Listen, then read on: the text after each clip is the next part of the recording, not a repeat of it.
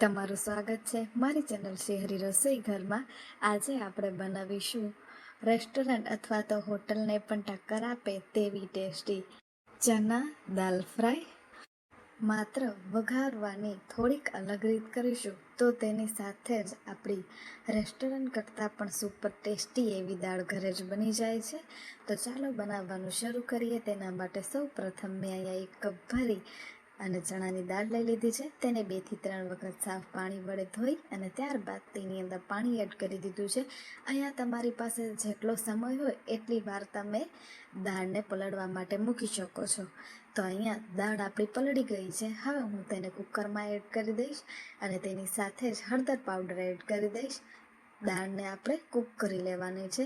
તો અહીંયા આપણે એકદમ દાળને કૂક નથી કરવાની। અહીંયા તમે જોઈ શકો છો કે દાળનો છૂટો દાણો દેખાય તેવી આપણે કૂક કરવાની છે। ત્યારબાદ તેને વઘારવા માટે મેં અહીંયા વેજીટેબલ્સ કટ કરી લીધા છે।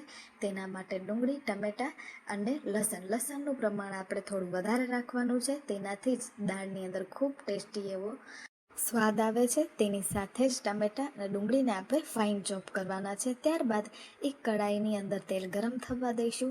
તેની અંદર આપણે રાઈ, જીરું અને નહીં એટલી હિંગ એડ કરી દઈશું। તેનાથી સારો એવો ટેસ્ટ પણ આવશે। તો અહીંયા આપણે ગરમ મસાલા પણ એડ કરી શકીએ છીએ, પણ હાલમાં ઉનાળામાં આપણે માત્ર ચપટી જેટલો ગરમ મસાલો જ એડ કરવાનો છે। તો અહીંયા તેલની અંદર લસણને સારી રીતે સતળાવી લીધું છે। હવે આપણે તેની અંદર ડુંગળી એડ કરી દઈશું અને તેને પણ સારી રીતે સતળાવી લઈશું। ડુંગળી આપણી સારી રીતે સતળાઈ ગઈ છે। તેની અંદર ટામેટાં પણ એડ કરી દઈશું। ટમેટાને સતળતી વખતે જ તેની અંદર આપણે સ્વાદ પ્રમાણે મીઠું એડ કરી દઈશું। મીઠું એડ કરવાથી આપણા ટમેટાની કુકિંગ પ્રોસેસ જે છે તે ખૂબ જ ઝડપથી થઈ જશે। મારી એક વખત આ સહેલી રીત સાથે ઘરે જ ચણાની દાળ બનાવી અને જોજો એકદમ પરફેક્ટ હોટલ અથવા તો રેસ્ટોરન્ટને ટક્કર આપે તેવી જ ટેસ્ટી બનશે। હવે અહીંયા ટમેટાં અને ડુંગળી સારી રીતે સતળાઈ ગયા છે। તેની અંદર આપણે મસાલા એડ કરી દઈએ। મસાલામાં માત્ર કશ્મીરી લાલ મરચું, થોડું એવું હળદર પાવડર અને ધાણા જીરું પાવડર એડ કરીશું। ગરમ મસાલો પણ અત્યારે જ આપણે એડ કરી દેવાનો છે। હળદર આપણે ઓછી ઉમેરીશું કારણ કે આપણે બાફતી વખતે પણ એડ કર્યું હતું। બધી જ વસ્તુને હવે આપણે સારી રીતે મિક્સ કરી લઈશું।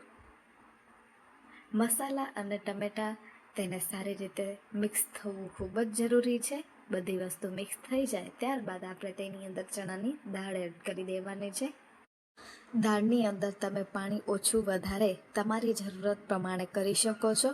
તમારે ઘાટી દાળ જોઈતી હોય તો પાણી એડ નહીં કરવાનું, બાકી તમને મીડિયમ જોઈતી હોય તો તમારે થોડું એવું પાણી એડ કરવાનું। અહીંયા આપણે ચણાની દાળ બનાવીએ છીએ તો રસ્સો થોડો ઘાટો થતો હોય છે, તેનાથી થોડુંક પાણી વધારે જ એડ કરવાનું। તો અહીંયા આપણી દાળ ઉકળી અને એકદમ પરફેક્ટ બની ગઈ છે। ગેસની ફ્લેમને ઓફ કરી દઈશું અને તેની સાથે જ મેં અહીંયા રાઈસ કૂક કરી અને લઈ લીધા છે। તો અહીંયા તમે જોઈ શકો છો કે કેવા સરસ છૂટા આપણા જીરા રાઈસ બની અને તૈયાર થઈ ગયા છે। તો ચાલો ગરમા ગરમ જીરા રાઈસ અને ચના દાલ ફ્રાયને સર્વ કરી દઈએ। તો છે ને એકદમ સહેલી અને ટેસ્ટી ઉનાળા માટેની સ્પેશિયલ રેસીપી, ઓછી મહેનતમાં જ ટેસ્ટી એવું બપોરનું અથવા તો સાંજનું જમવાનું બની અને રેડી થઈ જાય છે। તો તમને મારી આ ચના દાલ ફ્રાયની રેસીપી કેવી લાગી એ મને જરૂરથી જણાવજો। આજ માટે આટલું જ। ફરી મળીશું નવી રેસીપી સાથે।